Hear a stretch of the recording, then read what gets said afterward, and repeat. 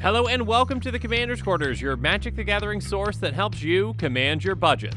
This show and episodes like this one are possible thanks to viewers like you. If you're looking for an easy way to help support this show, make sure that you like, share, and subscribe. Also, hit that bell notification icon so you don't miss any new episodes. You can also go check out our playmats and other merchandise at thecommandersquarters.com. We also have a ton of brand new t-shirt designs in stock, so make sure you check out those as well.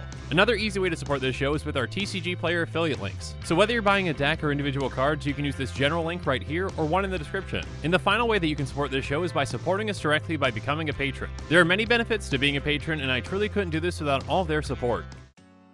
Hey everyone, Mitch coming in for the Commander's Core Studio. Welcome to the show. So, I'm just gonna say this now, I hope that the actual spoiler season is as exciting as the pre-spoiler season, because things just keep getting more and more exciting and more unexpected things keep happening. Like, you know, seeing the Precon Commanders probably about 2 weeks early. And oh my goodness, what exciting Precon Commanders we have.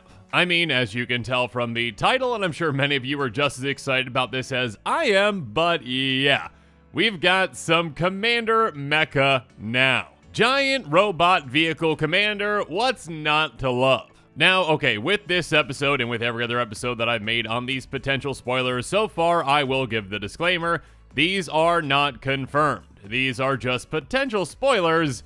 And again, Wizards isn't going to actually confirm them and tell you that they're real, and we will find out if they are real in, again, about 2 weeks-ish, I believe.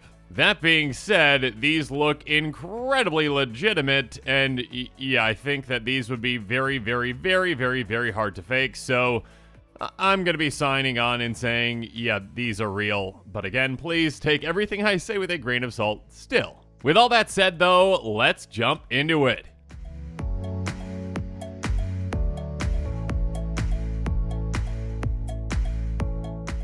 Now, the reason that I think that these are pretty much definitely real is, well, we've got pictures of the actual box, and these would be very hard to fake, because you'd actually have to, well, be really good at, first up, making the actual cards look real, and then secondly, being able to make the packaging and make it look real, and yeah, that would take a lot of effort and a lot of work, and I don't think someone's gonna go that far to do so. I could be wrong, but yeah, this looks pretty legitimate to me. Regardless, again, a big thank you to MTG.design for existing and allowing me to create custom cards. It just makes things easier to discuss. Kotori, Pilot, Prodigy. Kotori is a 2/4 Moonfolk pilot that costs 1 white blue, and it has vehicles you control have crew 2, and at the beginning of combat on your turn, target artifact creature you control gains lifelink and vigilance until end of turn. That's right, of course, since vehicles are back in Kamigawa, pilots are back as well, and we've got what I believe is our very first Moonfolk pilot, because I don't think there are any Moonfolk on Kaladesh, but I could be wrong. Regardless, this is a really exciting new commander. I mean, I just absolutely love this design. Vehicles you control have crew 2. And obviously, Kotori has 2 powers, so basically, yeah, this pilot Prodigy, of course, can pilot any vehicle. It doesn't matter how large or small the vehicle is, Kotori's gonna be able to pilot it. Obviously, on top of that, this allows other creatures, you know, that have 2 power or, you know, 2 1/1s to be able to crew vehicles as well. So it can make some of those higher end vehicles a lot easier to crew. And again, in this set, we are pretty much guaranteed to see more and more vehicles come out, and probably in the precons, we're going to see more as well. So I'm really excited to see what heavy hitting vehicles we can include in a deck built around Kotori. On top of that, of course, that combat trigger giving an artifact creature lifelink and vigilance can be huge as well. So we can crew up a heavy-hitting vehicle, give it lifelink and vigilance to gain us a lot of life and help it stay back for defense as well. I think a lot of players out there, including myself, are going to be very excited for a commander like this. Now again, outside of the cards that we're going to be seeing in this episode, because we've got the front of the box, which I've already shown you, and then the back of the box, which we'll get into just here in a bit. Obviously, we don't know, the extent of all the new cards in this new precon and the new set, so I've got no idea what new vehicles are going to be coming out outside the ones that we're going to be seeing. Regardless, we've already got a lot of great options for this commander, so let's jump into a few of them. And the first vehicle that came to my mind was Consulate Dreadnought, a 7-11 vehicle that just costs 1 mana, but it does have crew 6. Now, obviously, you usually don't see vehicles that are, 7-11s for just 1 mana, because, that's, a huge amount of power toughness for that cost. Obviously, the restriction on this is that, it's got a high crew cost, but with this commander, that crew cost does not matter, because now it's just going to be crew 2. So, yeah, you can easily have this out and in play before you get your commander down, and then crew this up so you're, at the very latest, on turn 3, swinging with a 7-11. Now, obviously, there are other low-to-the-ground vehicles like Colossal Plow that also have a high crew cost, again with a crew 6. And this one even has another payoff. It's a 6/3, and when it attacks, you add white, white, white, and you gain 3 life until end of turn. You don't lose this mana as steps and phases end. So this one gains you some life, which is nice, but the main thing here is that this just is a mana generator that usually takes a long time to actually get online. But again, with this commander, this is, hey, turn 3, essentially, without even any other ramp, you're going to have a 6/3 swinging that gains you 3 life and gives you 3 extra mana to play with. So yeah, there's a lot of potential for being able to cut down on crew cost.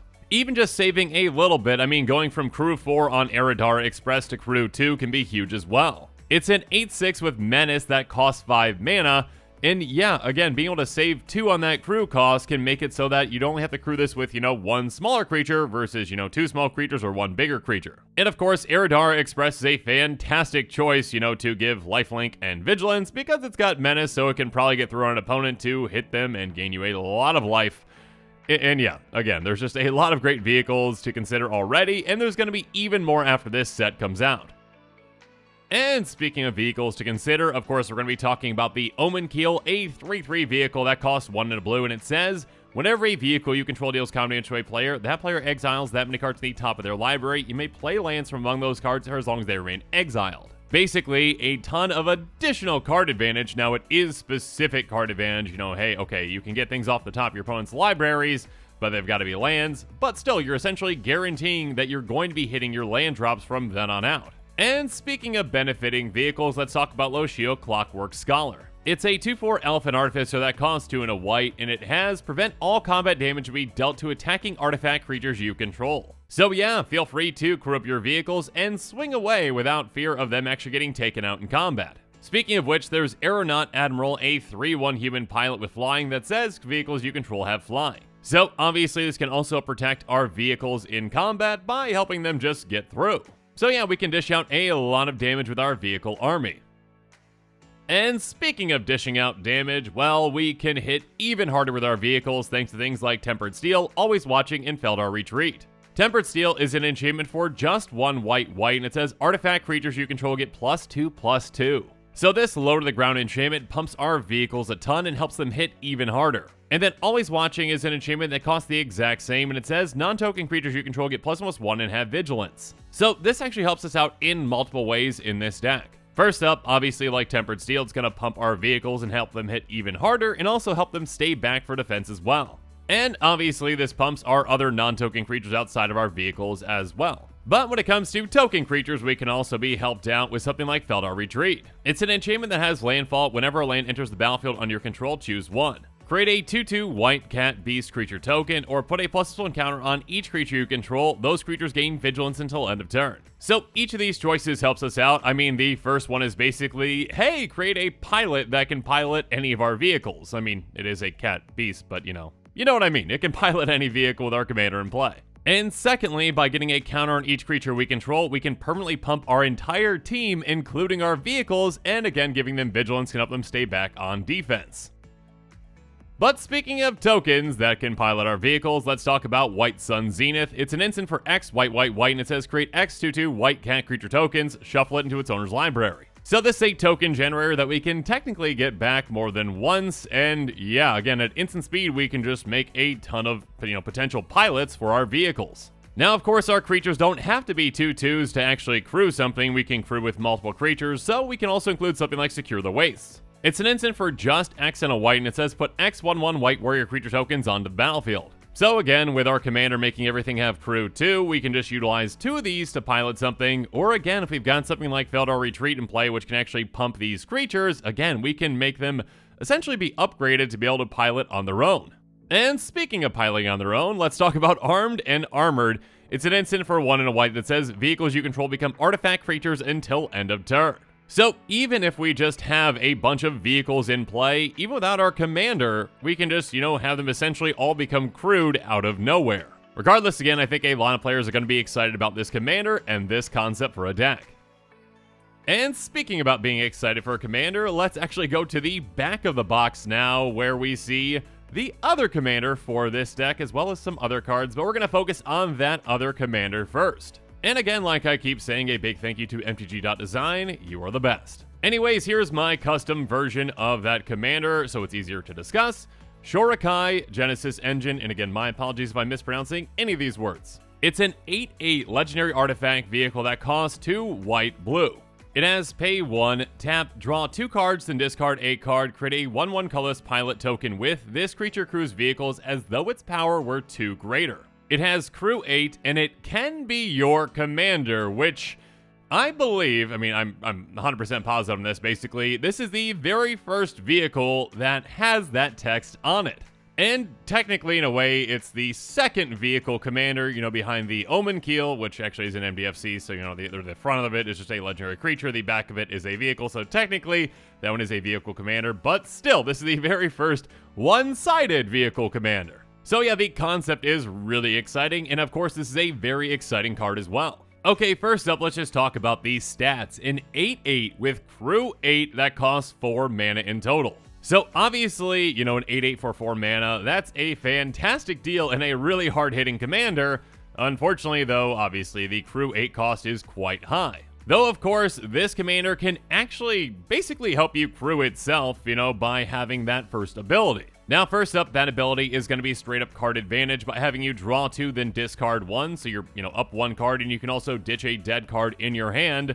But also, again, when it comes to actually helping it crew itself, you're creating a 1/1 pilot, but it basically acts as a 3/1. So obviously this on its own would take, 3 activations to actually get enough creatures in play to be able to crew it. But still, obviously you've got other creatures that you can crew with, or, you've got other effects to actually pump these creatures.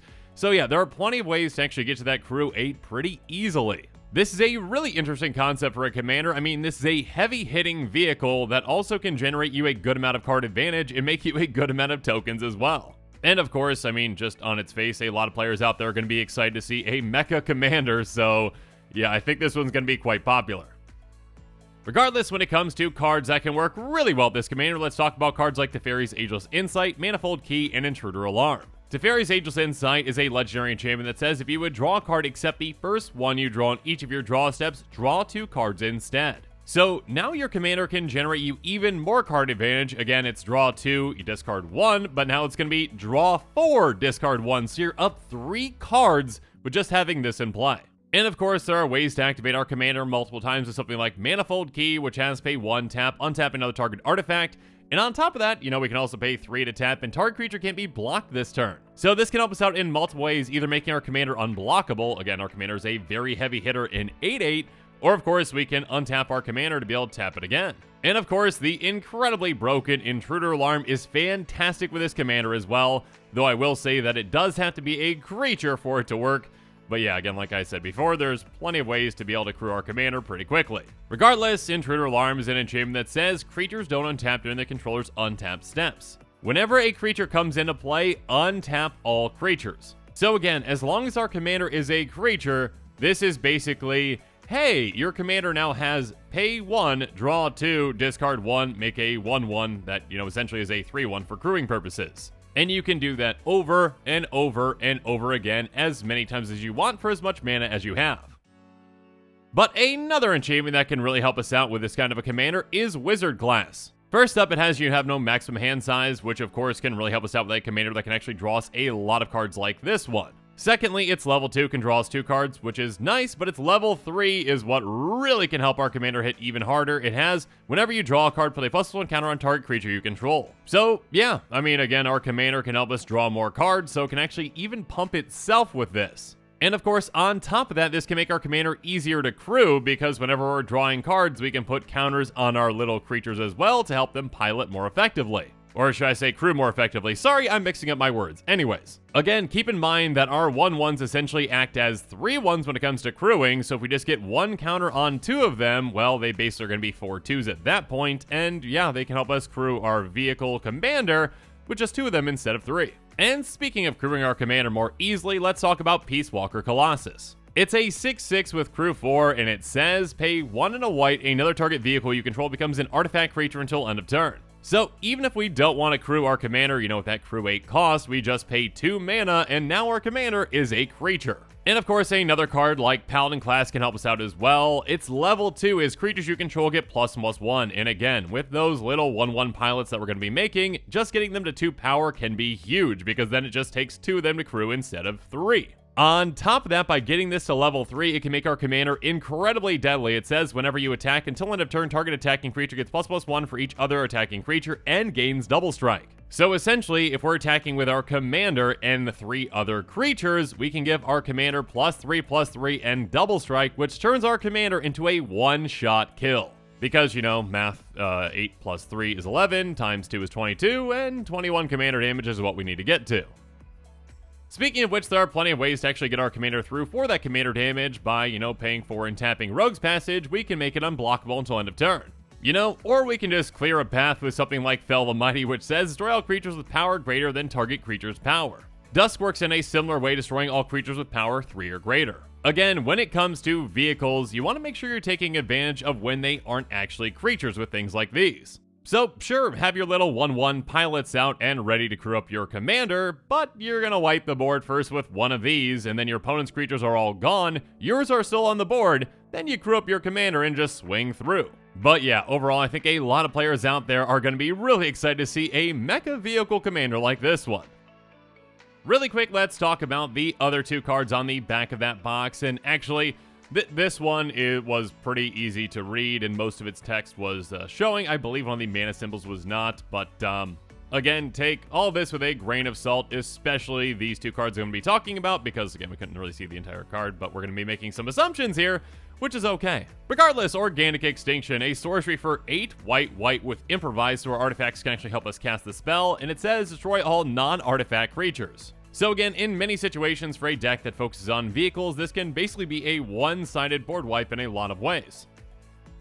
And again, the other card that is somewhat showing on the back of a box with a lot of assumptions to it, but let's just jump into what the internet thinks it is, a 3/3 Moonfolk Artificer that costs 2 blue, Katsumasa the Animator. It has an ability that pays, we don't know, until end of turn, target non-creature artifact you control becomes an artifact creature and gains flying. If it's not a vehicle, it has power and toughness 1/1 until end of turn. And at the beginning of your upkeep, put a +1 counter on each of up to 3 target non-creature artifacts. So again, essentially, if this is a real spoiler, and if this works in the way that we think it does, essentially, this is going to be like a, hey, artifacts that we have in play that aren't creatures, now you are evasive creatures, and we're going to start getting you bigger and bigger throughout the game. Definitely a very unique direction for a mono blue artifact commander, and of course there are plenty of really exciting things that you can do by turning artifacts into creatures. Regardless, overall, again with the actual cards that we could see essentially the entire card of, I think players are going to be really excited about these 2 new commanders. One, the pilot that essentially makes it so that all your vehicles are very easily crewable, and the other one, a giant vehicle that can make pilots. So yeah, I mean, both of these play a bit differently, but similarly in some ways, but each are going to be really exciting. But again, a reminder, these are not confirmed, though again, it would take a lot of work to actually, try to make the actual cards themselves and print them out for the quality that they are, and then also make the packaging as well. So yeah, I mean, I am just on the assumption that these are actually real. But again, please take everything I've said today with a grain of salt and come to your own conclusions as well. And of course, make sure you're staying tuned to this channel for more potential spoilers. I mean, we've only got, one more day of potential spoilers after this one, because actual spoiler season starts on the 27th, which is Thursday, which is coming up really quickly. And of course, make sure you're staying tuned to this channel for actual spoiler season then as well. And with that, the show is coming to a close, so it's my turn to hear from you. So in the comments below, let me know your thoughts on this episode are, and as always, thanks again and have a good one.